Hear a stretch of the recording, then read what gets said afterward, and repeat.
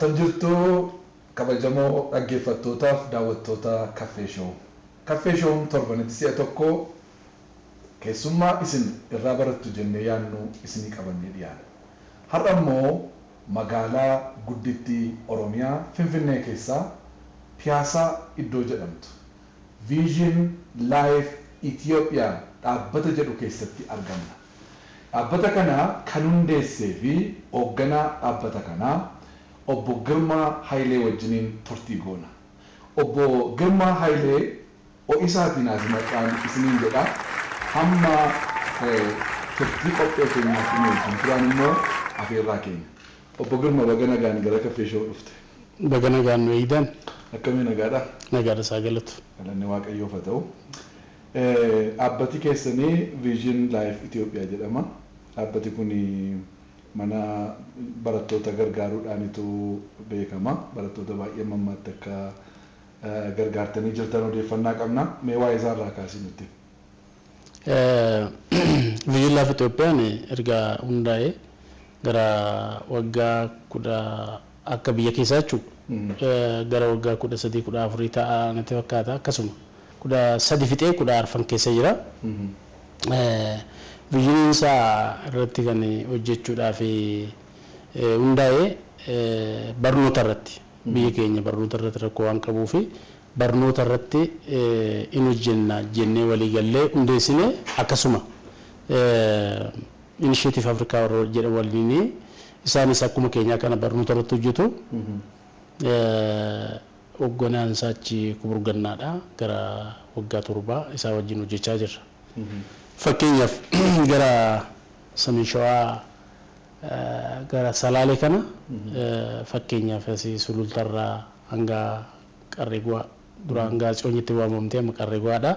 Amma tokkoon tokko isaa ibsuudhaaf Sulultaa sadarkaa lammaffaa achi keessattis hojii gurguddaa hojjechaa turre akkasuma Caancoo magaalaa jedhamtu jirti achitti fufee achitti gara muka xurrii Dabra Tsiggee Fichee iddoo lamatti akkasuma itti fufee Alii Dooroo kan jedhamu magaalaan achi jirti achittis Garba Gurraacha Milkii Dagam Qarreeguwaa kun sadarkaa lammaffaa iddoo magaalaa keessatti ijoollee kutaa 10 hanga 12 gidduu jiran warra barnootan xinnoo deemuu hin dandeenye warra laafan jechuudha warra hin dandeenye ijoollee shamarranii irratti hojii gurguddaa hojjenneerra. Fakkeenyaaf ijoolleen achi keessatti barnootan barsiisonni cimoon jijjiiru achi keessa minduma achi argatanii irratti daballee fi yeroo kilaasii isaanii adda ta'etti akka jajjabaatanii akka hiriyaa isaanii jabaatanitti qixxaachuu danda'aniif barnoota kana akka isaan barsiisaniif mindaa isaanii irratti mindaa mootummaa irratti ofii keenya nuyi Vision Life Ethiopiyaa dabalee fi hanga isaan jajjabaatanii haadholii isaanii illee waamnee akka konfiraansii yookiinis walgahii goonee isaaniif illee barumsa laannaa abalii illee laannaa fi fakkeenyaaf amma shamarran rakkoo isaan qaban maalinni deemanillee dhufanillee barnoota sana barachuudhaaf wanna baay'eetu isaan rakkisa. Barumsa bichaa miti. Fakkeenyaaf dubartoonni qulqullummaa isaanii eeggachuudhaaf waan baay'ee bitatanii itti fayyadamuudhaaf isaan rakkisa. Kanallee sababii maallaqaatiif. Kanallee nuyi maal goona akka isaan bitatanii too'ee qulqullummaa isaanii eeggatanii akka isaan barataniif haadholii isaanii waamne deeggarsa tokko isaanii laachaa turre jechuudha. Amma shamarran duwwaadhaaf moo shamarran ijoollee shamarraniiti malee kan dhiiraa miti. Maaliif shamarran qofa filattan? Rakkoo guddaa kan qabani waan baay'eedhaan sodaannaa of keessaa waan qabaniif barachuu kanattis itti foonii too'ee barachuudhaaf baay'ee sodaatu waan baay'eetu duubatti isaan hambisaa.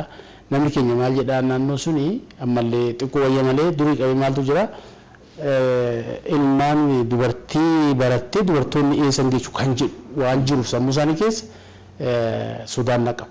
carraasanii yeroo duwwaa akkasitti yaadu. Isa cabsuudha isarratti hojjenne mul'ata keenya kuni haadholii isaanii waamna waa deeggarsa hin goonaaf isaanii walitti fuune jechuudha. Amma akkani dura isinii kaasee sulultarraa sadarkaa lammaffaarra warra jiran magaalaa keessa hundarratti hojii kana gara waggaa 6 hojjenneerra naannoo sana irratti jechuudha. Ijoolleen kun jajjabaatanii bu'aa argisiisan. Maal goonee kan caalu immoo kitaaba binna. Kitaaba laabireeriidha. Binnee fi isaaniif dhiyeessina. Achitti illee dhaqaniitu akka deeggarsa kun kitaabicha hundi hirmata waa dhiiras durbas hundi isaa hirmachuu hin danda'u achi keessatti. Laabireerii mootummaatti daballee laannaaf achitti jechuudha. Na jijjiirama guddaa argisiifnee egaa maal inni kun siidatu nu deeggara karaa Initiative Afrikaatiin baajata kana. Amma waggaa muraasa erga hojjenne without godhamuun dhaaba gaafa isaan immoo deeggarsa nu kennan tufee hojjenna. Bara kana keessas hin barsiifna. Leenjii laanna kanarratti nuyi leenjii gurguddaa laanna. Yuunivarsiitii irratti wajjin hojjenna salaalee kaampaasii kana wajjin nu hojjenna isaa wajjiniinis maalinni waanuma kanaa ilaalchisee jechuudha. Qulqullummaa magaalaa qulqulleessuu irratti sulultaa qabnee bara darbee ji'a 2 dura hojjechaa turre kanarratti magaalaa sun qulqulleessina. Kuni akkaataa kanaan itti fufee too'ee bu'aa guddaa nu buusaa ture. Kan caalu immoo warra Geneva Global warra jedhu wajjin immoo maal goonaa Speed School kan jedhamu tokko barnoota kutaa waggaa tokko keessatti kutaa 3 barsiifna. Speed School. Barumsa ariifachiisaa kan jedhu namoota ijoolleen kun ijoollee akkamiiti warra carraa barumsaan arganne warra haadhi isaanii abbaan isaanii harka qalleeyyii ta'an abbaa fi haadhas qabaatanii dhabanii harka qalleeyyii danuudha waan ta'eef isaan irrattis immoo maal goona barnoota kana akka isaan baratan goona warri amma harka qalleeyyii ta'an tikaa fi mana namaa galchu achiin baafne maal goona immoo waa deeggarree akka isaan baratan goona. Ijoolleen kun waggaa 9 hanga waggaa 14 gidduu jirani namoota jabaatan jechuudha. Waan itti himte nagaa namni waggaa 9 waggaa 14 nama guddaadha. Hin nagaa kutaa tokko hanga 3 waggaa tokko keessatti barsiifna. Waggaa guutuu barsiiftu. Waggaa guutuu barsiiftu. Sa'aatii guyyaatti sa'aatii dheeraa laattu. Sa'aatii 9. Sa'aatii 9. Barnoota hafanii irraa hanqatuun qabu jechuudha. Barnoota mootummaatiin adda tokko nama 25 barsiifna kutaa tokko keessatti jechuudha. Maal goona shashaniini akka walitti galanii hojii daree hojjetanillee taa'umsi isaanii akka amma mootummaan teechisutti miti keenya kibbiidhaan teechisna iddoo tokko tokkotti dabaree akkasitti teechisne akkasitti barsiifna bishaan achumatti waan nyaatu guyyaa immoo laannaaf. Egaa jijjiirama kana mootummaan Oromiyaa fudhateen turre booddee bu'aasaa argee sirriidhaan poolisii kana fudhatanii isaan itti fayyadamee Harargeessatti isaanumtu fudhatanii godhaa jiru. Waan guddaadha inni. Isintu jalqabee jechuudha. Speed School garuu pirogiraamii isaa tanii warra Geneva Global deeggarsa isaantu kenna. Deeggarsa isaanii karikulamiinis kan isaaniiti. Amma karaa kanatti fudhatameera jechuudha. Fudhatama qaba. Garba gurraachatti waggaa 3-4 dura mana barumsaa 53 irratti hojjechaa turre. Mana barumsaa kun sababii ijoolleen umurii isaaniitti mana barnootaa galuu dadhabaniif kana gootanii tokko isaafi lammaffaa harka qalleeyyiidha jarri suni akkasumatti hafu amma deeggarsa kana otoo gochuu baanne ijoolleen kun manumatti kaateetti ijoollee warra isaanii jijjiiruudhaaf waan achi argatan sana bakka itti galan sana irraa mindaa argatu miti mindaa sana manatti illee erganii waa godhatu waa oolaallee bitachuu hin danda'ama maaliif warra isaaniitti hin qallabu waan ta'eef. Nu garuu gidduu gallee kana yoo muuluu 100% isaa fixuu baanne iyyuu amma tokko hir'isneerra. Waan akkasii kun danuu jira garuu maaliif isarratti baajanni guddaatu argame asirratti jedhame hojii gurguddaatu ta'a. Amma warra Geneva Globaalis baajata badaa miti waan xiqqoodhaan isaan kennan. Maaliif waan argatan irraa isaanis akkas godhu biyya hunda gargaara waan ta'eef xinnoo baajata irratti rakkoo fuudhe malee wanti suni bu'aa qabeessa jedhee mootummaan itti amanee naannaa hundumti isaatti naannoleen jiru mootummaan naannolee kun hundi isaa fudhatanii dhugan. Dabub keessatti Caffee Doosaa kan jedhamu asii keessa immoo Oromiyaa kililidha garuu ginda biratti kaachisee waggaa 4 dura achi turre hojjechaati jechuudha warra Beetesaayidaa wajjiniin bal'inaan hojjechaa turre kana. Naannoon hundumtu fudhateera jechuudha kana. Fudhateera. Harar keessaa amma baay'ee hojjenne Harargee. Warri Harargee sun garuu barumsa hin barbaadan. Qarshii waan akka salphaatti argatu. Maalirraa argatu?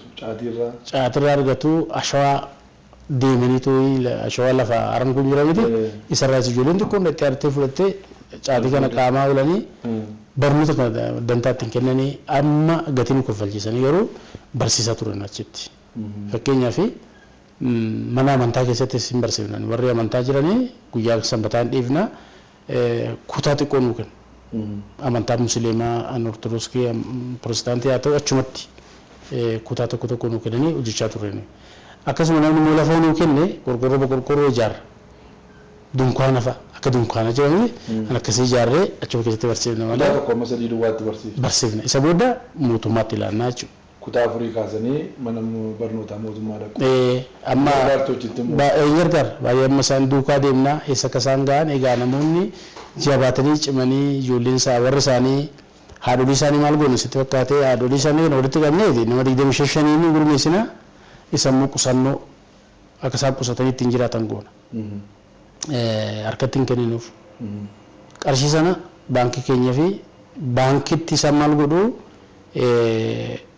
maallaqa qabaa qabu akkaataa maabaraatiin dhaabne jechuudha. Gurmii goone seeran baafatanii seeran galchanii bu'aa san malee callisanii sin baasanii tooyi itti fayyadamuu hin danda'an. Horii keessuufis ni jira.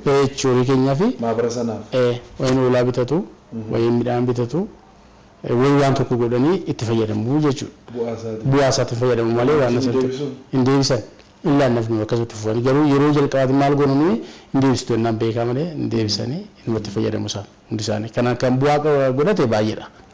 Amma rakkoon jiru inni ijoon biyya keessaa maal godhaa qarshii harkatti kennaa ture. Maallaqa kana gaafatti kennu maallaqa kana isaan maal godhu hin balleessu borus hin barbaadu. Kana garuu akka kun hin taaneef taa'amee haasa'amee akkaataa amma isin jedhe kanaanii asaraarii kanatti yookiin immoo qajeelfama kanaaf fayyadamnee bu'aa buusnee amma tokko jechuudha. Gara fuulduraallee yoo waaqayyoon nu gargaaree horii arganne wantichi bu'aa guddaa waan buusuuf isatti fuunee hojjenna kan jennu karoora keenya keessaa inni tokko. Waan lama hojjettu jechuudha. Tokko ijoollee sana barsiiftu. Lammaffaan immoo maatii isaanii isin gargaartu. Maatii isaanii hin gargaaru. Ulaagaa qabaa kana keessatti namoonni gara kanaa dhufuudhaaf harka qaqalleeyyii akkamitti danda'u? Ulaagaa qabu mana gandi jira miti mootummaan taa'ee yookiinis koreen dhaabbatee koree sun callee nu kenna malee callisnee too'ee namni kun hiyyeessanii galchuu hin beeknu. Isaantu mootummaan qajeelfama kana isaa wajjin haasofnee xalayaadhaanii nama akkasii nu fudhaa rakkoo qabaa nu jedhu isatti nu fudhannee malee callisnee too'ee namni kun rakkoo qabaan jedhu. Dhuguma immoo rakkina isaa dhufu isaan jedhaniif koree sun jedhee otoo hin taane immoo hin beekamu miti mana isaanii deemnee ilaalla. Rakkoo qabaachuu isaanii ammaa hin qabne illee jira. Ijoollettiidhaaf daftarii qalamaa yuunifoormii kan hundumaan bittuufi? Hundayyuu akka egaa maalinni mana barumsaa ilaallatu hundayyuu nuti guutee kennaaf. Kitaaballee hin binnan. Kitaabni nyaata guyyaa malee hin gargaaru. Guyyaa yeroo hojjetan isin biraa nyaata? Hin turan ka. Hin galan waan ta'eef misaal sagalee waan turaniifi bishaan finnee dhufna. Jaarkaan jiranii jaarkaan saniin qophaa'ee yeroo bishaan barbaadan jaarkaan isatti fayyadamanii jaarkaan isaan keessa fayyadamanii itti jiraatu jechuudha. Dhaabbatootuma maqaa dhoofterraa kana fi namoonni dhuunfaadhaan isin gargaaru moo akkamii? Dhuunfaadhaan yeroo tokko Muluu Salamoon kan jedhamtu nu gargaaraa turte. Egaa namootumarraa walitti guurtee nu kennite natti fakkaate maqaan qabu maquma isheetiin nu kennaa turte karaa sana malee badaa miti. Ani immoo akka gama kiyyaatitti bizinesii wayii qaba. Waan ilaallatu tokko yeroo tokko 10 arganne 20 dabalee 20 arganne immoo 30 dabala akkaataa karaan amma dhaabnu kunaas ka'ee mana kiraa ilaallatee mindaa ijoollee ilaallatee amma akkuma walii galaatti yeroo kanayyuu gara jeetti gara 330 minaaminaan baasa qarshii makanaatiin baasna yeroo kun yooni minaal sababa tokko mindaallee maannoo yooni fandii dhabne anatti itti fufsiisa hin dhaabnu maal akka biiroon hin cufamnee fi itti fufsina egaa proposaalii waan tokko hin barreessina yeroo san immoo arganna. Jeetti 300 ol jechuudha baasin keessa. Akkasi gara 42 qabna. Hojjetaa dhaabbataadha. Dhaabbata jenna gaa amma kontiraata ji'a waggaadhaan jira ji'a sadii amma inni ijoon akkasuma dhaabbataan hin jiru yeroo piroojeektiin dhume hin gadhiisu nama yeroo argannu nama biraa qacarraa jechuudha wayii immoo jarachuma deebisnaa jechuudha akkana garan deemu. Waggaa amma kana guutuu hojii makan hojjettanii jechuudha. Hojii makan hojjechaa jirra. Egaa amma chaalenjii nuyi qabnu chaalenjii baay'ee qabna. Maalinni akka gaariitti hojiin keenya sunii fi maallaqni nu argannu waliin gitu. Baay'ee walirraa fagaata. Horii kana argachuudhaafis baay'ee barreessina. Amma barreessinu sun argannu dhibba keessaa harka takka faayuun arganne jechuudha. Kan barreessina keessaa baay'ee. Dhaabbatuma biyya alaatti barreessitu. Barreessina as keessas warri amma lookaalii ijoonis amma maal godhanii wal gurmeessanii nama 12 6 ta'anii intarnaashinaal ijoo gaafachuudhaani akkaataa kanaanis wal gargaarra. Warri immoo nu caalaa gurguddaan jiru. Waggaa 20 ol warra hojjetan. Isaan immoo yeroo bakka isaan hojjetan fakkeenyaaf Harargee dhaqanii yoo hojjetan isin kana hojjedhaa waradaa kanatti jedhee aanaa tokko nuu kenna. Isarrattis akkaataa kanaanis immoo waliin hojjenna. Namoota hojii akkasii hojjetan hojiin quba wal qabdu jechuudha. Wal qabna baay'ee wal qabna wal gahii qabna. Boordinis wanta kanatti itti gaafatamummaa fudhatee boordii qabna nuyi amma boordii sunis waa barbaada. Akka dhaabni kun itti fufiinsa godhatuu fi uummanni keenya akka gargaaramuuf namoota nu barbaadu namoota nu quunnamsiisu. Dhaabbatii tola bultummaa akkasii baay'eedha kan mana barumsaa irratti hojjetu. Biyya kana keessatti baay'eedha akka amma kana jedhee hin beeku baadhee barnoota irratti bal'inaan inni jiruun biyya kana keessa jiru barnoota irratti fi namoota buqqaan irratti xiyyeeffannaa isaa fudhatanii hojjetanii namoota baay'ee irratti hojjechaa jira. Barreen gaddaaf barana ijoolleen kutaa 12 baay'ee kufanii amma sammuu namaa gaafatutti kuni namoota barattoota keessa irratti dhiibbaa uumeera warra baratanii iddoo sana kana irratti. Abdii isaan kutachiisa mootummaallee kana kan dhaabe cimsuuf malee badiin miti.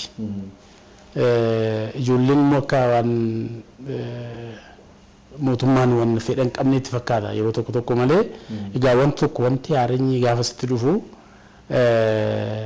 waan addaatti kennita wanta sana maaliif haaraadha waan haaraa waan ta'eef namni sammuu namaa fudhatu waan haaraa yeroo jalqabaatee fudhatu adeemsa keessa garuu kun gaariidha ta'e fudhadhaa garuu ammaaf rakkoo qabaa chaalenjii qabaa namoota ijoollee baay'ee abdii kutachiise maatis kun itti fufiinsaanii amma anachi keessatti kan ilaalu jalqabatti kutaa tokko kutaa lama otoo jabaataa dhufe kun ijoollee kamitti ulfaatu egaa amma duubaa otoo hin taane gadi jalqabee duubatti deebise waan amma daa'ima ishee xiqqoo lafee foon nyaadhu foon jabaataa waan jabaataa akaawwii waan akkasii kana kennite itti ulfaata waan akkasii ta'e malee qajeelfamichi sirruma maaliif namni akkasitti uummaadhaan hojii kanatti galee hojjete ufasaatti bu'aa godhata uummataafis sabaafis mootummaadhaafis bu'aa buusaa jechuudha. Kanaaf mootummaan kan kaa'ee abdii kutachiiseera nama baay'ee garaa isaanii deebiseera. Akkamitti gara hojii guddaa akkasitti dhufteeti? Jalqabatti ani bara egaa jalqabumatti ani gara waldaa makaaneessuu keessatti hin guddadhe waldaa makaaneessuu keessatti faarfannaadhaanii baadiyyaa keessatti hin jalqabe. Isa booddee salaalee makaaneessuus salaalee kuni baay'ee amantii gadi jabaata. Salaalee sabakaa jedhaniiti hundeessanii waldaa baddeessaan jedhamtu akka naannoo biyya keenyaa jira waldaa 3-4 fuudhanii yeroo san keessa sabakaa godhan. achi keessatti ani maggaabii kan jedhu tokko maqaan Yesuus qeesii otoo hin jedhin baadiyyaa keessatti maggaabii jedhee cuubuudhaanii kiristinaa waan tokko waan gochuu danda'u baadiyyaa qeesiin deemuu waan dandeenyeef maggaabii ta'een ture achi waggaa dheeraan hojjedhe baadiyyaa san keessatti jechuudha. Isa booda warra jaarsoo sabakaalee dhaabanii achi keessattis waa xiqqoo hojjedhee bara 2001tti tajaajilaan ture. Amma 2001tti akka biyya keessatti jechuudha. Isa boodanii almoo gaarii tokko beektaa laata? Almoo gaarii maaf inni gadduu walumaan hojjechaatii yoo nagadde gaariidha. Barzaafii biyya keessanii san dhaabaan yeroo sana nagaduun waan tokko gochuun anaaf cubbuudha. Qarshii argachuun. Akka cubbuutti laala. Laafa biyya lafaatti laala. Dhuguma isa booda almuunis waan kaffalaa ture. Tum tajaajilu. Injedhee biiroo isaa hundagee inni hojii guddaa hojjetaa saniifataa sanii yennoo jedhaa gaafa bahe immoo baay'ee galagala. Walitti hin taa'an jedhu anis mokkoree isa booddee irraa xiqqoo waan balleessa jedhu tajaajila sanii wajjin naan deemne qarshii kan arginaan sokke. Nan dhiise waan dhugaa dubbachuun nu gaariidha. Nan dhiisee ani bizineesuma argadhee hojjechaa otoo hin jiru xiyyaara namni jedhamu tokko maaliif ati nama baay'een waan argadhe keessaa sheer godha namaaf. Erga kana goote ati maaliif garaan kee qajeelummaa qabaa maaliif ati gargaarsa hin goone gargaarsa kana erga goote immoo eeyyama baafadhu naan jedhe. Arjummaa asirratti argee. Isa booddee jalqabee gara kana dhufe. Gara kana dhufnaan akkasiin jedhee horii kiyyaan cherchii deeggaruutti waan tokko gochuutu akkuma amma argitu sartifikeetii naa kennanii hojii tokko tajaajila sanii tajaajille malee qarshii kiyyaan tajaajila itti fufee hojichitti ka'ee wanta amma akka seeratitti biyyi laaf Itoophiyaa fandii biliyoonatu argate achi keessaa karaa afuuraa yookiin islimaatii malee cherchii gargaaraan jedhu. Cherchii kana gargaaru yeroo ani bizineesii kiyyaa wanta argadhisan sababiin gara kana dhufe kanatti galee kunuutu nutti mi'aa itti fufne haa ta'u malee ammayyuu tajaajila sana garaan kiyya na dheebota gara fuulduraatitti tajaajila kana akkuma duraatti tajaajilu barbaada yeroo nani waldaan naa kaffalu baay'een tajaajila ammayyuu amma tun qarshii kana yoo argadhe immoo wanti dhibullee hin jiru deemee makiinaa qaba deemee tajaajiluu waan danda'a kuni karoora kiyya keessaa tokko maaliif lapheen kiyya yeroo itti gammachuu yeroo san argatuuf amma qarshiin kun gammachuu naan kennu amma sun naa kennu inni san surree tokko waggaa tokko hin godhadha. Amma garuu kan uffadhu waan inni sun beeku yeroo sana baay'ee baqqanarraa addasinidhee natti tola yeroo san caalaa egaa amma kaawwan natti tolu fana dhiisuu barbaanne achuma deebi'ee yeroo jalqabeerraa jalqabee dhiisanirra jalqabee tuffee ta'e hojii kana hojii wangeelaa kana hirmachuun barbaada. Yeroo waggaa 15 jechuudha erga tajaajila sana jechuudha miti. Amma dhaloota biyyaa qabee ani manuma waaqaa keessatti guddadhee garuu amma 2001 tajaajile. Waggaa 15 ta'aara jechuudha. Eegan dhiisee akkasii. Eegan dhiisee akkasii kaleessoo amma keessummaan tokko na bira bulee amma tajaajila keessan dhiistee amma akkamitti garaan seera faanaan jedha. Ani durii sanbata guddaa namni firii kiyyallee waldaan hafuun guyyaa biraallee onnoodha malee. Ammas garuu na waaqeffadhaa biiftuu boolitti waaqeffadhaa waldaa mana keenyatti kadhannaa baay'ee jira. Tajaajiluma sana dhiise malee waan biraallee hundoo jenne amma garuu ta'ee kenne hundumaatiin tajaajiluun gaariidha. Dhugaadha. Akka nuyi yaadnu sana biizinesa hojjechuun cubbuu miti. Biizinesa hojjechaa wangeelas hojjechuu danda'a. Walitti naa dhufuu dideen amma kana walitti amma kana booda ofuutti fiduu nan danda'a. Walitti araarsitee tokko gootee gochuu nan danda'a. Maaliif arga duwwaa keenya waldaa keessa yoo teenye gatiin qabnu nama tokkotu yeroo tokko tajaajila garba gurraacha makaana Yesuusitti namichi sun biyya sooressaatti dhufe gara dabuu kana waldaan sooressaa jechi amma yeroo tokkichatti sitoo dingatanyaa dhukkubee gaarii namni qabu gaarii shi fardaan oofan namni qabu jiru keessa jedhe bajaajii namni qabu keessa jiru jedhe konkolaataa argachuu qabne gaafa sanatti raajiyaan jaasu mana hojii dhufanii raaji konkolaataa bara kana keessa konkolaataa argattaan jedhe amma maal jedha namni kun humna konkolaataa itti bitallee qabu maaliif jedhan jedhe booddee akkuma jedhe san ta'e konkolaataa sana mitadhe maaliif waldaa keessatti namni baay'een harka qalleeyyiidha naannoo karaa biyya keenya akka beekutti iddoo biraa miti kun ta'uu qabu maaliif kun immoo hojii dhiisuudhaan waldaan hojjettu waldaan nagaddu kun immoo duubatti nu hambisa maaliif namni karaa hundumaadhaan ilaala namootumti gurguddoon tokko dhufee waaqaamanii waldaa dhufee wambariin keenya isaan maxxanu waan qabnu suni isaan wajji waliin gitu namni waan baay'ee ilaala fakkeenya tokko almaa'uun yeroo nutti himu musliima tokkotti dhugaa ba'a mucaa wayii jedhe musliimichi sooressaa namichi immoo uffannaa isaaniitu waliin gitanii jedhe amma waa'ee ni qaalaa ni qabu kun yaana laa isa waa gadaanatti minan wala farraa sin caalaa an wala farraa si kenneera uffanna tuffattullee dhugaa ba'a bifti kee dhugaa baati maal qabdan waan qabu ilmu kanan qaba jedheeni namichi dhugaa boomsa isaa gadi jalaa bu'ee sodaatee dhiisee deemee kanaaf qabeenyi murteessaadha jedhee sana sifoosiin goonee anaaf immoo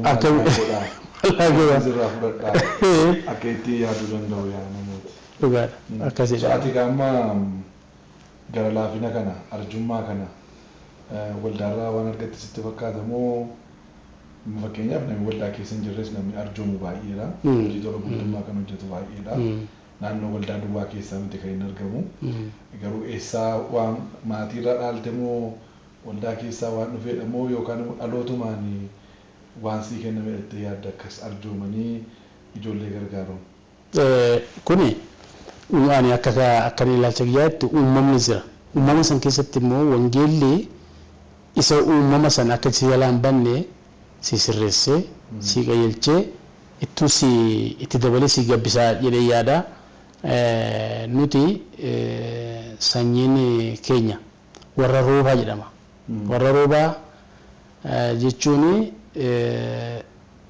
abbaa nama 70 taana nan beeka nama 70tu baadiyyaa keessatti gibbii tokkicha keessatti mana ijaarratee jira maatii tokkotu namni sun tokko lama sadee dhaqqabaa jedhama akaakayyuu kiyya dhaqqabaan ana Ayilee Kabbabaa Taaddasaa sadii isaan iji warra kanatti ore gaafa horanii nama 70 taanee maal jedhanii jalqabasii maasaa yookiinis immoo waan qotamu biyya lafaa achi baadiyyaa keessa jiran wanti qotamu kun bakka tokkichatti qotu iddoo tokko jiraatus iddoo tokko jiraatu gibbii tokkicha keessa hin galchuu gaafa gootaraatti galchi gootaraa tokkichatti gootaraa guddaadha akka mana kana gootaraatti naqama xaafinis misingaa wanti jiru qotamee dhufee amma dhaqqabaan suni akaakayyuu kiyya ijaan qabu Ayileen abbaa kiyyaa inni hangafa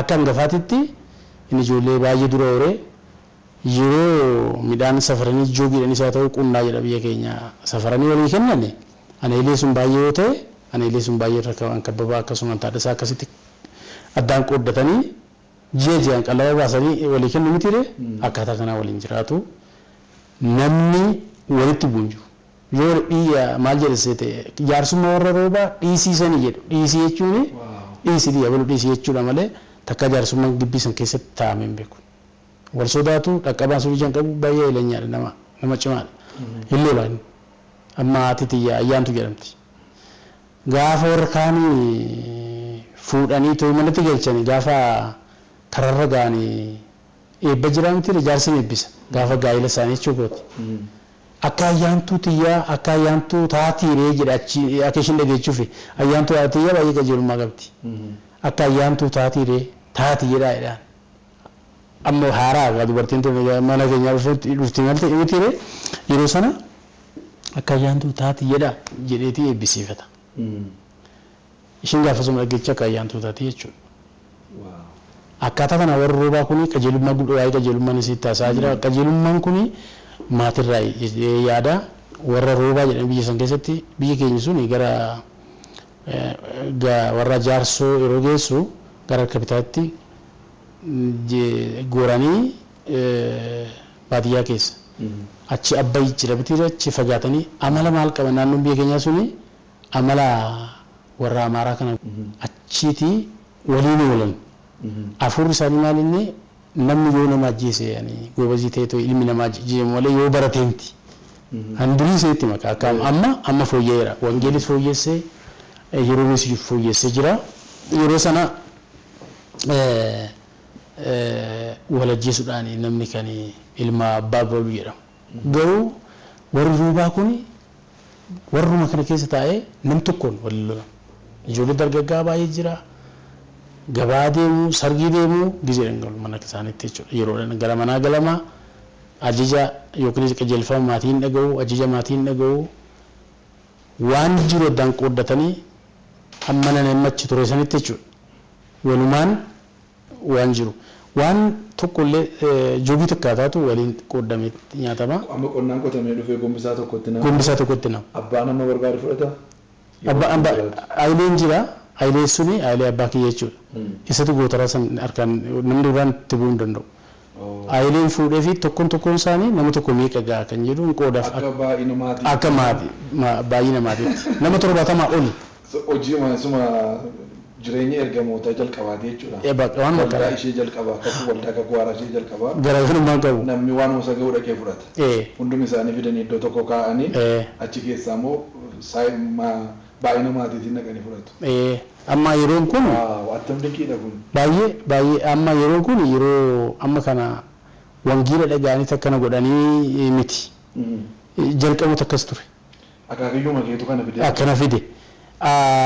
Maaliin namichi kun garuu akka wangeelatti jiraatachuun danda'ama. Barii ka'ee waaqa garaa gurraachaa jedheetti barii sa'aatii tokkotti ka'ee kadhata. Wada namaa utuqxan ina baara. Wani namaa calbii akka dhaga'aniif ijoolleen dhaggeeffannaa ina baara. Wani namaa isin hin ta'in isinitti maalii haa ta'u jedhee abaara. Waan namaa akka hin tuqne nama wajjin akka waliin lollee calliseeti ganama kee waa kadhatee abaara jaarsi kun. Isa booddee akkan dura si kaase haati tiyyatuun ayyaantu jedhamti indalaskiisaa adalmootii kan jedhamu afur hama ayyaana jedhama kan yeroo sana ayyaaneffachuudhaaf mana ijaaraniiru nan beeka mana xiqqoo tokko booranticha hin beektaa booranticha jedhanii tooyi waaman kana. Isa akka qaallutti oolan qophaa'aaf oolan suni guyyaa 2-3tti otoo hin galiin ajjeesa.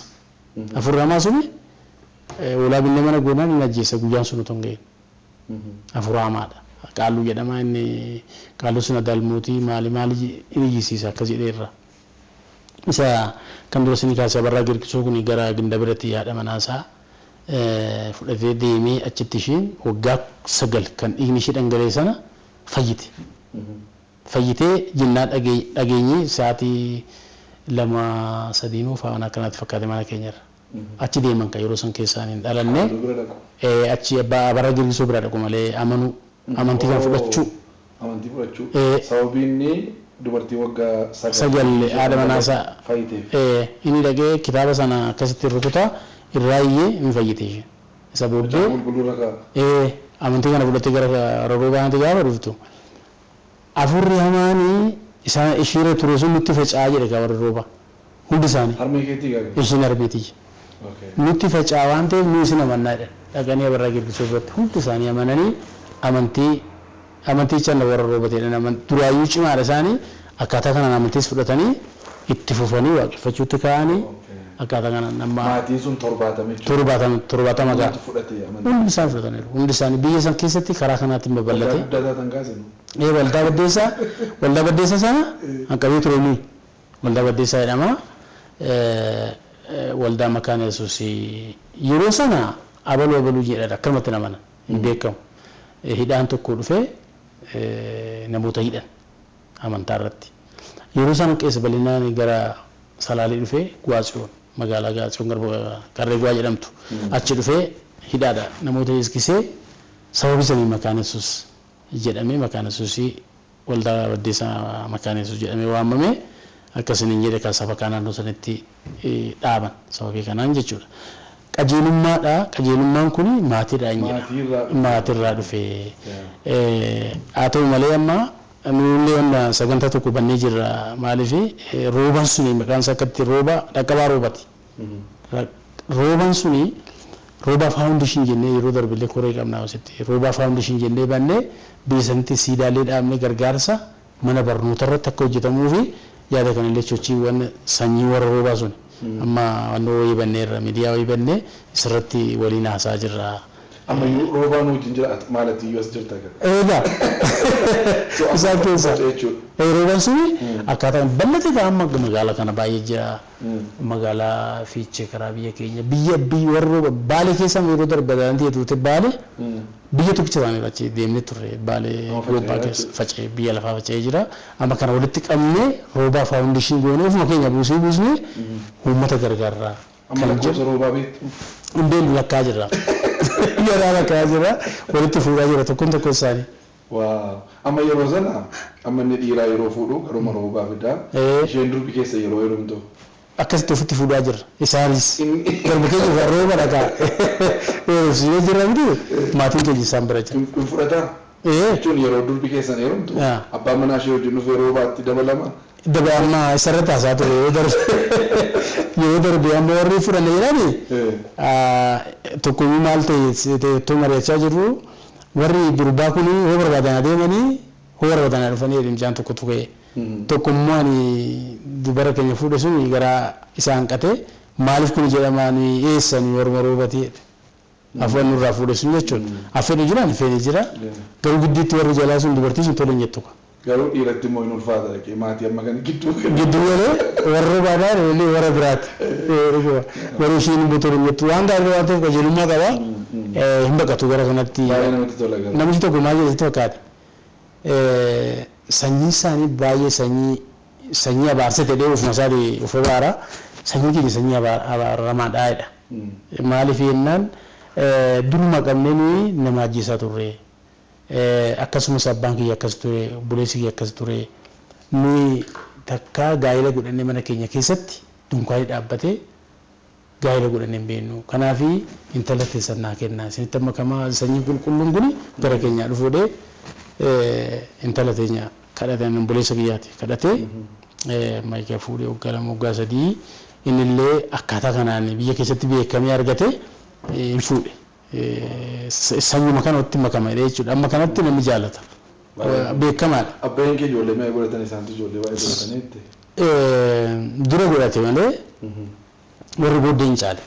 Dura yeroo ture san jechuu kun malee ijoollee sagalee. Ijoollee sagal qabaa. Baay'ee namatti tola. Akkoo kootu na guddisee naani. Reefuu waggaaf wayii erga duute isheen ijoollee 2 qofa deesse. Garuu yeroo seen duutu ijoolleen see sun baay'atanii 40 turte. 40 geessee duute jechuudha seen. Nama 40? Nama 40. Ijoollee akkoo isheetiitu ijoollee baay'ee godhate. So namatti tola yeroo akka ittiin lakkaa'anii akka ittiin tokkummaadhaan. Amma nu lakkaa'aa jirra. Miti kan jiran. Wanni irratti bannee nama meeqatu footoo isaaniillee warra abbootii keenya abbootii dhaqqabaan amma ayileen hundee abbaan kiyya jechuudha. Dhaqqabaan jira ammaannoo dhiifama dhaqqabaan jedha ayilee taaddasaan jira kabbabaan jira kaasaniilee na ergaa turanii baadiyyaa keessa kan jarri kun baay'ee garaa kiyya naannoo amma kuni buleessa abbaa kiyyaati isaan kuni baadiyyaa amma kun iddoon nuyi itti dhalannedha. Eessa iddoon isin dhalattan sun? Baddeessaa jedhama. Waajjuu jedhama akka walii galaatti. Warra waajjuu jedhama. Sanyii cimaadha. Waajjuu jechuun mootummaa illee bara dargii sodaachaa ture. Baay'ee ayleenyuuta baay'ee. Waajjuu keessatti. Maaliif mana barumsaa filattee garuu? Barnoonni biyya keenya kutaa 4 qofa jira. Asi garamu mana barumsaa naannoo keenya jiru. Isarraa kutaa sa'aatii 4 deemteeti kan barattu malee bakka sanatti kan jiru bara dargiitti qabee kan jira. Immoo amma fakkeenya maskaramiidhaa qabanii ji'a 3-4 barsiisuu kiramtii namni gaafa seenu namni barsiisonni illee achi taa'uun barbaada.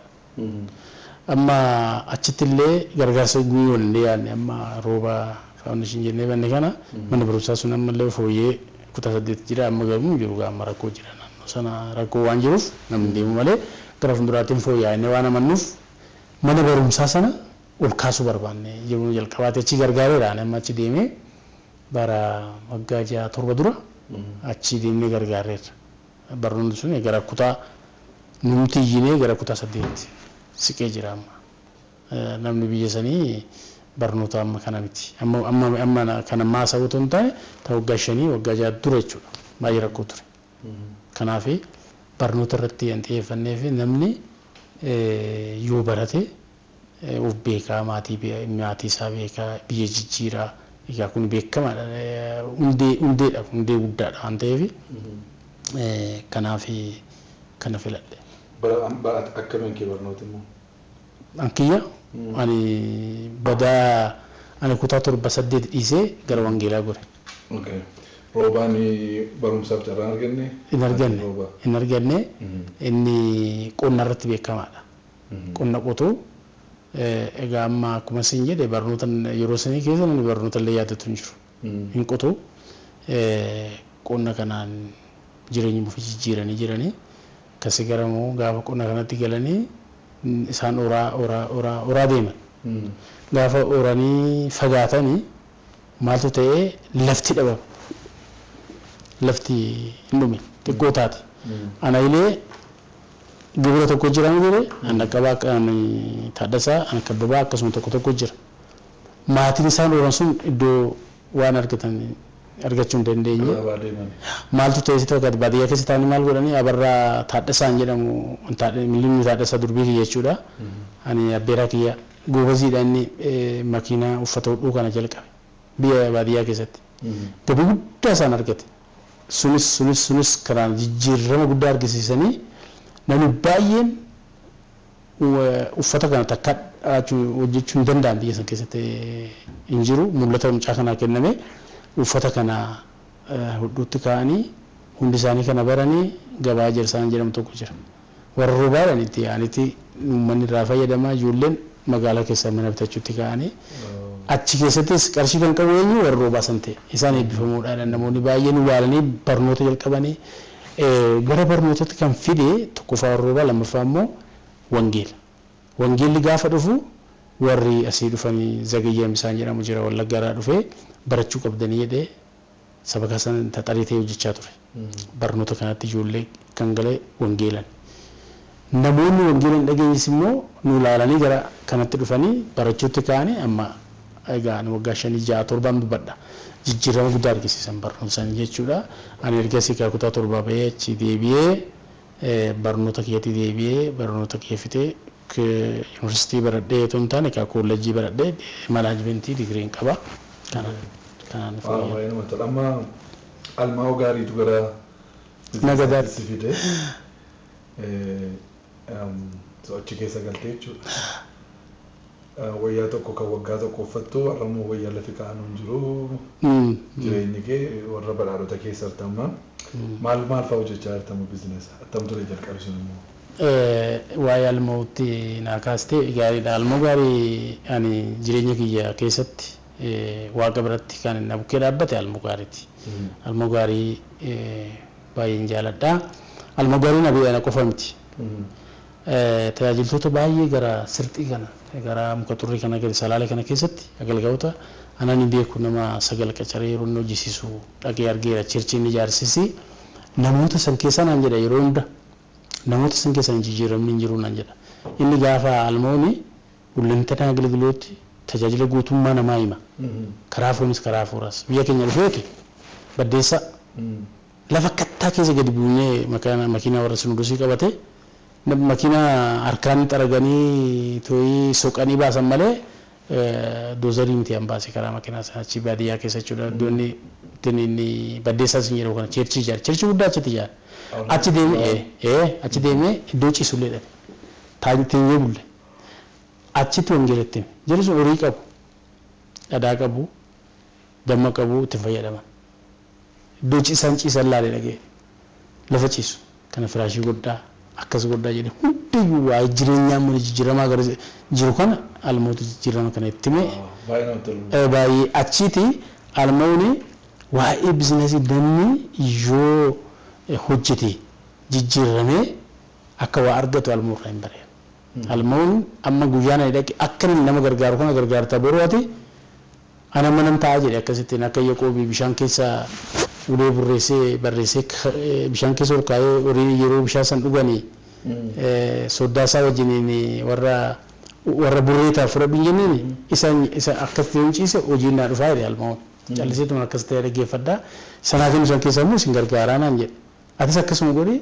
namoota boruun gargaartaa naan jennaan namichi kun namumaami anis namumaa hin jedhe anis bakka abdiina keessatti ture boru akka hin gargaarre akka hin dukaa'aaf natti mee ani itti fufee hojii hojjedhe hojiin amma ati na gaafattee fi egaa almooni galateeffadha baay'een guddaan galateeffadha nabichaa miti agalgaa'ota daru almoo hojiitti jijjiiramaa jedhe namootatti hin tolu garuu kun agalgaa'otatti hin tolu hojii miti hojii wangeelaa sin jedhu kun duubatti isaa nambisa malee waan almoon jedhe santu sirriidha maaliif waldaan kasii kennu xiqqoodha ishiidhaan immoo booda rakkoo keessa galta akka rakkoo keessa hin gallee fi waaqa isa qabu qabne sitti mannee hojiidhaan jijjiiramaa jedhaan amma hojii nu hojjechaa jirru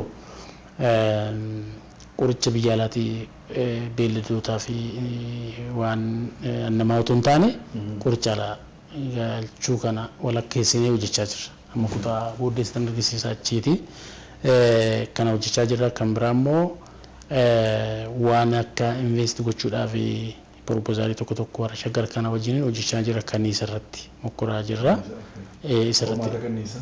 isarratti hojjechuudhaaf yaalatan jira egaa kana ilaallatee ammaani waan mana argadhee hojjedha waan bakka dallaalee hojjedha waan mana argadhee waan tokko argisiisee waan tokko waliin hojjechuu waan akkas akkasii kana jijjiiramu waan inni hojjedha jedhee ka'e sana inni mana argadhaa inni mana hojjedhaa waaqayyo waan naa kenne keessa moo mana waaqayyootiin nan kenna kana ulaa kana alboo almoodhaan nutti hime waan argate kanas immoo biyyillaa fi Itoophiyaa kana yeroo inni kufuuf ka'e yeroo inni cufamuuf ka'e anatu harka irra qaba isaan dhugaa ba'uu hin danda'ani wanta amma argitu kun hunda isaallee ani samaanaa hayaaba samaanaan jedhamu jirame seerri jira 80 harka 20 jedhamu jira mootummaan baase isatti bu'uu hin dandeessu akka akkas hin taaneefanii wacii astaraalii nu kennaa otoo jennee utuu fannii arganne kana akka goonu waan barii akkas akkasii kana akka binnullee nu eeyyaman isaan xiqqoodha waan isaan wacii astaraalii jennuuf isaan nu kennani kanaaf ani kanallee hundayyuu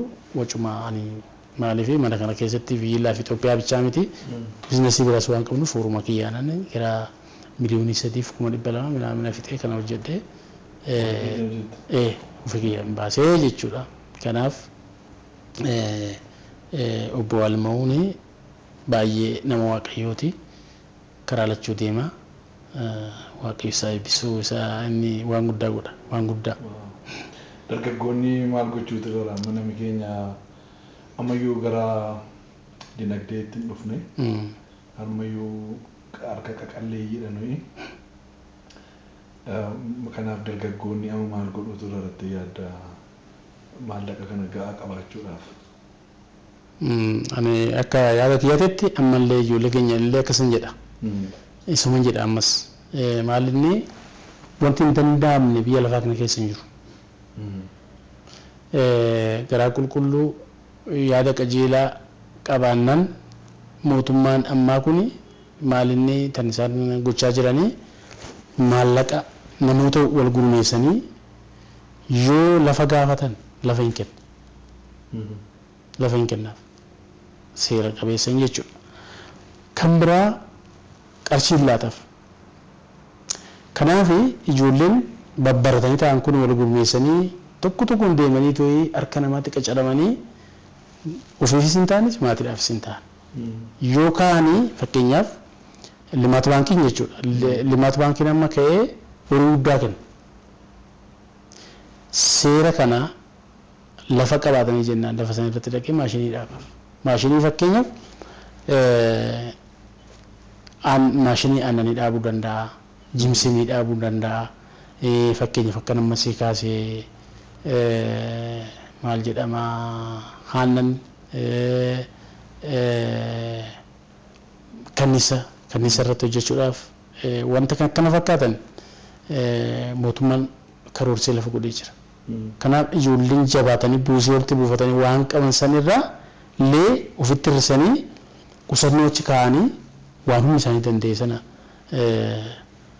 amma namoonni kana itti fayyadamaa jiru kana mootummaan kan diriirsee jira kan itti fayyadamaa jiru garuu eenyu warra abbaa qabeenyaati ammas maaliif horii qabu qusaddaa gaafa limaat baankiin jedheen dhaqanii qusachuu kan danda'an isaan amma rakkoon ijoollee keenya ammoo nu silaa horii farkaan qabnu jechuudhaan harka namaa jiru ammas warri konkolaataa namaaf konkolaachisan achuma jiru warri harka namaatti dhaqanii too'ee galanii mindaa ji'aan eeggatan akkasumatti achuma ta'anii warra san tajaajilaa jiru namni sun nama akkamitti nama akka isaaniiti fakkeenyaaf annan beekan mucaa waan tokko illee hin baranne hojii guddaa banee hojii guddaa kanniisa kanarratti hojjechaa jira ijoolleen qacaramanii jiran garuu baay'een isaanii digiriidha eebbifamanii hojii gurguddaa achi keessatti hojjechaa jiru mindaa xinnoo isaanii kaffalaan namichi horii baay'ee argata amileen nama keenya fundura tokko idaa keessas galuu hin barbaannu kan jedhu namni tokko murteeffatee ciisuu barbaada akka hirriba amma namni idaa tokko qabu hin ciisuu miti hojii tokkos amma hojii si dammaqsu amma raaftee kaatee hojii si itti dhufe hirribi sirraa bada kana namni hin barbaanne jira maaltu haxaa keessa na galchi jedhee namni utuu fuudhuu illee hin barbaadan tokko maaliif rakkinattan fuudhaa'edha fuudhuun ni danda'ama daa'ima godhachuun barbaachisaadha fuudhuun barbaachisaadha maaliif cinqatiin barbaadan cinqatii dhiphachuu kan barbaadan malee dhiphattee garuu of jijjiirtee maatii kee jijjiirtee biyya jijjiiruu qabda. Dhibaa'ummaa hin jira miti dhibaa'ummaan namni horii kana fuudhee karooran liqeeffatee jennaan bu'aa buusee horii kana ofirraa galchee ittiin jiraachuudhaaf balballi isaa bal'aadha. Maaliif tokko barnoota qabu lammaffaan mootummaan immoo bakka hundatti siraa faxaraa jedhee hojii uumuu irratti barsiisa guddaa kennaa jira. Barsiisa akkas godhaa nu akkan isinii goonaa jedheetoo balballi banamaadha. Kanaaf waxaatonni yeroo kana keessa calisanii ciisurra jabaatanii ta'ee hojiitti galanii liqiitti hin gallu nuyi teenyee bara kan dabarsina malee jedhanii taa'anii waakkachuurra jabaatanii ta'ee dura maalii biizinasii maalii jedhanii baratanii jabaatanii kanatti yoo galan warra akkasitti galee ta'uuf jijjiiran namoota baay'een beeka. Jijjiirama guddaa warra argatan cakkananii horiillee namarraa dhuunfarraa liqeeffatanii amanamummaa hin deebisanii fi bakka guddaa ga'an ta'utu jira. Egaa maalinni hin dhiphannu jechuun beela sitti fida malee rakkoo san keessaa si baasu. Yeroo gabaabduu dhiphatte yeroo dheeraa gammaduutu nurra jira malee ijoolleen akka ammaa kana ta'anii harka namaa eeggatanii maatiittis rakkina fidu ofii isaaniittis rakkina fidu. Malee jijjiirama harkisuu hin danda'an. Dargaggoonni ka'anii hojjechuutu irra jira. Xinnoo marraa jalqabanii kophee qulleessuu haa ta'u, mana xaraguu haa ta'u, warshaa haa ta'u, eessaa iddoon jalqabnu miti. Eessaa yoo jalqabnu iyyuu mul'ata keenya gaaf tokko iddoo sana ga'uu hin danda'an jennee yoo deemne. Bakka guddaa ga'uu hin danda'an. Sa'aatii dheeraa hojii irratti yoo dabarsine. Sammuu qajeelaa yaada qajeelaa qabaannee yoo adeemne inuma ga'ama jechuudha. Wanti hin ga'amin. Amma Ilaan Maaks namni jedhamu addunyaa keenya irratti qabeenyaan tokkoffaadha. Abbaa Taslaati. Kaampanii makii konkolaataa ishee elektiriikii sana amma ammaatti torban tokko keessatti sa'aatii 100 ol hojjeta. Fuul taayimiin tokko sa'aatii 40 duwwaadha. Namni kaan sa'aatii 40 hojjetee galee ciisa. Innumti harka qaqalleessii jechuudha. Innumti miidil kilaas jedhamu Ameerikaa keessaa sa'aatii 40 hojjetanii galu. Namichi qabeenyaadhaan addunyaa irratti tokkoffaa ta'e yoo har'a hin hojjedhu dhekoo nyaatee hin fixu min horiisan. Isa miti ijoolleen ijoollee isaatti qabeenya sana nyaatanii fixuu hin danda'an. Waan inni har'a ofirkaa qabu. Horiif miti wanti namichi. Tajaajila uummataatiif. Horiif miti maaliif miti. Garuu har'a torban tokko keessatti sa'aatii 100 ol kan namni tokkoo fi walakkaan kan namni lamaaf walakkaan hojjetaa jechuudha kophaasa.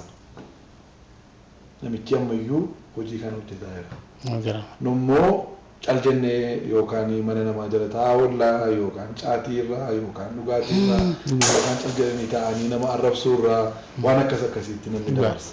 Garuu namni muratee hojiidhaafan dhaladhanii hojiidhaafan jiraanii biyya kam keessa taa'eeyyuu hojii hojjechuu nan danda'a.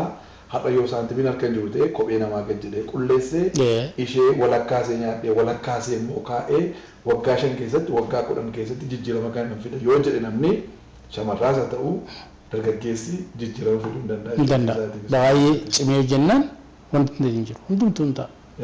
Ati kun waggaa 15 keessatti namni almaa gaarii gaaf tokko gargaaru har'ammoo nama barattoota amma kana gargaaru. Taatee waldaas akka dhaabaa jirtu natti himteetta. Waldaas gargaaraa jirta. Mana barnootaa gargaaraa jirta. Ofii keetii jireenya namatti tolu jiraataa jirta. Waan namaaf barbaachisu hundumaa qabdaa jechuudha. Almoo gaarii anamma ati na yaadachiifte Baay'ee Soosaayitiin Miliilee Maddaraashitti konfiraansii guddaa godhanii turan yeroo darbe. Soosaayitiin. Almoonni kitaaba namoota akkuma qabanitti qacaalataa bitaa turanii kitaaba tokko 100 bitee almoo. Almoon duukaan taa'ee immoo anis 100 nan biti. Kitaaba san jechuudha. Almoon alaalee kolfa. Itti tola. Fiicheen immoo gabii chirchiidhaa fi gabii tokko sassaaba turanii asii wabii shabaleetti asii Meeksikoo. Achi almoo namni tokko nan danda'a mishineerii sirifan ergaa namni tokko sirifan kaffalaa'e. Animmoo gaafa sana 200 laadhe. Isaanii jechuudha. Almoon alaalee kolfa. Maaliif bu'aa isaati gaa itti toleetti almoon yaani birri qarshii meeqanaa kaffaleetti fakkaate 100,000 guutuu 900. Laa ji'a tokkotti 900 kaffalaa ture. Almoon jechuudha. Nama akkasii natti mee wanti inni natti hime suni ani hojiirra oolchee jechuudha. Kanaaf natti gammada garaansa. Gaaf tokko 900 kaffalu sitti dhaabattee bultummaa wal faana godhaa jirtu. Akkaataa kanaan almoo wajjin hin turre baay'een nama tokko nama waaqayyooti nama biizinasii karaa isaa sirriitti beeku gaafa natti himu natti ulfaataa ture. Yeroo natti himu natti ulfaata. Garuu akka inni natti ulfaatu na keessatti beekee akka immoo dirqisiifamee cakkanee hojjedhu immoo natti himu. Cakkanee tan inni seenee akkuma sana jijjiirame innis baay'ee harka kiyya na qabaa ture. Namni nama dhaga'uun barbaachisaadha. Ammoo miidiyaadhaan iyyuu himamaa jira. Almoo yeroo inni kana himu suni miidiyaan illee kanatti nuuf kenname naasofnu nuyi amma miidiyaatti baanee ijoollee baay'ee jabeessinee kana namni dhaga'e itti fayyadamee hojjechiiruun qooda isaati. Akkanumaan namni mee qarshii 20 nama tokko irratti qacaramee jiraate 20 maatii gaggeessuun illee ulfaata. Yoo hojjete garuu kana guyyaa lamatti argata. Yoo ofii isaatii hojjete jechuukooti. Harka namaa ture garuu isuma harka namaa eeggata. Namni suni namni harka namaa bare immoo namni tokko amma harka namaa gaafa bartee namaaf bitamuu gaafa bartee namaaf ajjijee namni akka sejjiju namni godhu jira sammuu isaatiitti namni sejjijee akka jiraatu namni jaallatu jira. Kana keessa garuu bahutu nurra jira. Namni hundumtuu kana keessaa bahee tokko naannoon keenya maatiin keenya hin guddata biyyis maal ta'a hin guddata abbaa sooressa ta'a namni hundumtuu jechuudha. Akkuma yeroo darbee siin jedhe immoo shakkar siitii kana keessatti amma ijoolleen keenya naannaa Finfinnee keessatti waan guddaa hojjechuudhaaf yaada qabu. Nu isaanitti gallee taanaan karaa nu qajeelchusan karaa akkatti qarshii argannu akkatti lafa kana invest gochuu dandeenyu mootummaan diriirsee jira. Akka namni kiyyaa amma xiqqoo argatte jechuudha. Kanaaf kanatti illee otoo carraasaa nama jalan darbiitti fayyadamuun nurra jira. Amma yeroodhaaf kenname malee kun waggaa 2-3 booda immoo humni keenya achi hin gahu. Qajeelu an akkasii kun argachuun san ulfaataa karaan isaas immoo hin dhiphata. Namoonni gaafa guddatanis sirraa fagaatanii isaan galma barii kaa'anii guyyaa kaatee akkamitti dhaqqabdee akka buudhisuu dandeecha. Kanaaf ammas deddeebiinee ijoollee keenya akka jabaatanii too'ii of jijjiiranii yaada guddaan qabaa fi isaan jajjabeessa. Namni kanarraa baay'ee baradheen yaada waggaa 15 keessatti jijjiirama nagaa ofittee qarshii 900 hojjechaa turte amma immoo ofii keetii hojjetoota 40 meeqa qabda? 42 qabda.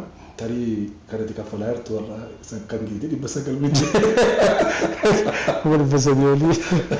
Kanaaf irratti gara 300 olii baastee kana gargaaraa jirta. dargaggoonni irra jiran kanarraa baay'ee baruu dheedanii dhugaadha. kanaaf baay'ee natti toleera galatoomii yeroo kaffee shoo wajjin qabaatteef waaqayyo si haa eebbisu yeroo biraa ammas deebinee wal agarra dheedanii yaada. Dhaggeeffattootaaf daawwattoota keenya obbo Girmaarraa waan guddaa akkasiin barattanii abdii guddaan godha. Dargaggoonni har'a hojiin hin jirottanii teessan immoo iddoodhuma jirtanii waan naannoo keessan jiru ilaalaatii jalqabaa. Harri jalqabii kee xinnoo yoo fakkaate dhume kee immoo guddaa taadheetan yaada. Torban dhufu keessummaa addaa qabannee isiniif dhufna. Turtii gaarii isiniin jenneetu nagaa isinitti dhaamna.